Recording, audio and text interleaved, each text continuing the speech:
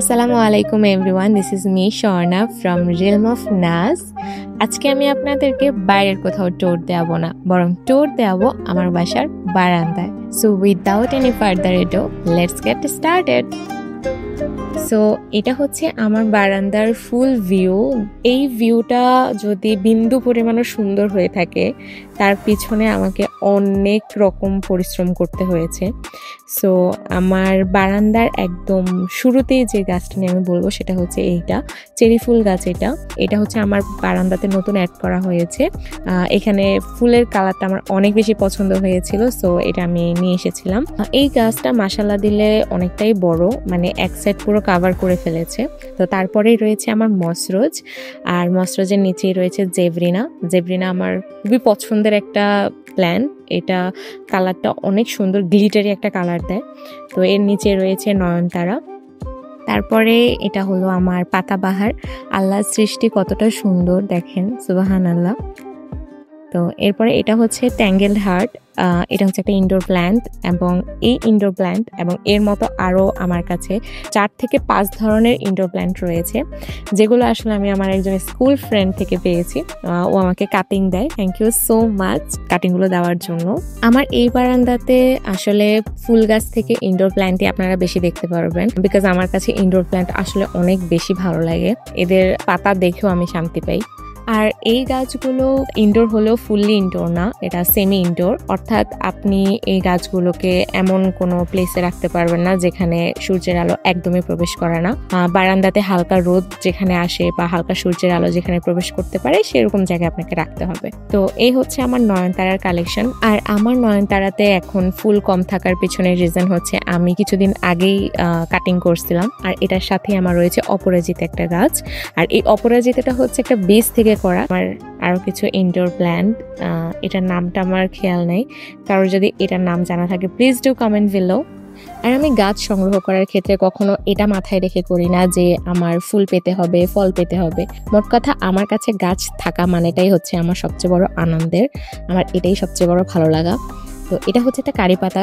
আর এর পাশে রাখা 2টা গাছই হচ্ছে সেমি ইনডোর, যেখানের মধ্যে ডিফেন্ট বাকিয়াটা হচ্ছে আমি কলেজ থেকে নিয়ে এসেছিলাম। এখানে কাটা মুকুট আছে। কাটা মুকুটের সবচেয়ে ভালো বৈশিষ্ট্য হচ্ছে যখন ফুলগুলো ফুটে অনেক দিন যাবত ফুলগুলো থাকে, সহজে ঝরে পড়ে না। আর এরপরে এই যে এলি ফুল গাছ, নয়নতারা, আর এই নয়নতারাটা হচ্ছে বীজ থেকে করা। এরপরে রয়েছে টগর হচ্ছে কাটিং করার কারণে এতটা ঝোপালো হয়েছে, এবং এটার ফুল এখন নেই বিকজ কাটিং করেছিলাম আমি। তো এর সাথে রয়েছে হাজারি গোলাপ, যেটার মধ্যে ছোট্ট একটা কলি এসেছে যেটা কভার করা হয়নি। আর এরপরে রয়েছে বাগান বিলাস। আর এখানে যতগুলো নয়নতারা দেখতে পাচ্ছেন সবগুলো আমার বীজ থেকে করা। আর এগুলাকে এখন ছোট পাত্রে রাখার কারণ হচ্ছে এগুলোর বয়স এখন খুবই কম, আরো কিছুদিন পরে এগুলোকে আমি বড় পাত্রে শিফট করে নেব। আর নয়নতারার ক্ষেত্রে আপনারা যদি বীজ সংগ্রহ করতে না পারেন, কাটিং বসেও গাছ করে নিতে পারেন। আর এটা হচ্ছে আমার দেশি গোলাপের একটি গাছ।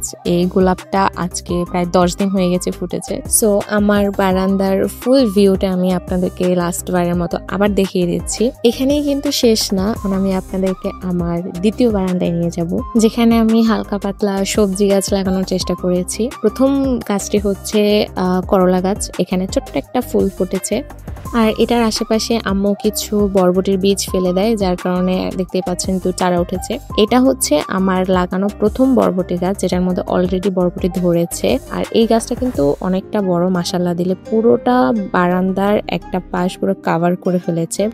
আর এটার বিভিন্ন জায়গায় আমি আরো কিছু ফুল দেখতে পেয়েছি, যেটা আরো ভালো লাগছে।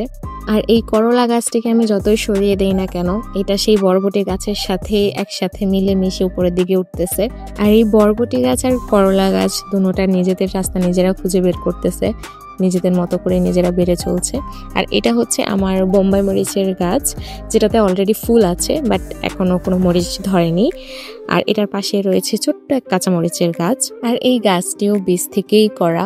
তো এটা হচ্ছে আমার কামিনী ফুল গাছ। এটা এখানে রাখার রিজন হচ্ছে এই বারান্দাটাতে আমার ভালো পরিমাণ রোদ আসে, সো এটা এখানে রেখেছি। আর এটার পাশে রয়েছে বেগুন গাছ। এটা ভালোই বড় হয়েছে মাশাআল্লাহ দিলে, বাট এখনো কোনো ফুল আসেনি, বাট এটার গ্রোথ মাশাআল্লাহ দিলে অনেকটাই ভালো। তো এর পাশে রয়েছে পুঁই শাক গাছ, আর হচ্ছে আমার আলু শাক। সো আমার এই বারান্দা ট্যুর আপনাদের কাছে কেমন লাগলো আমাকে জানাতে ভুলবেন না। আর অবশ্যই বেশি বেশি করে গাছ লাগাবেন এবং অন্যকে গাছ লাগানোর জন্য উৎসাহ দিবেন।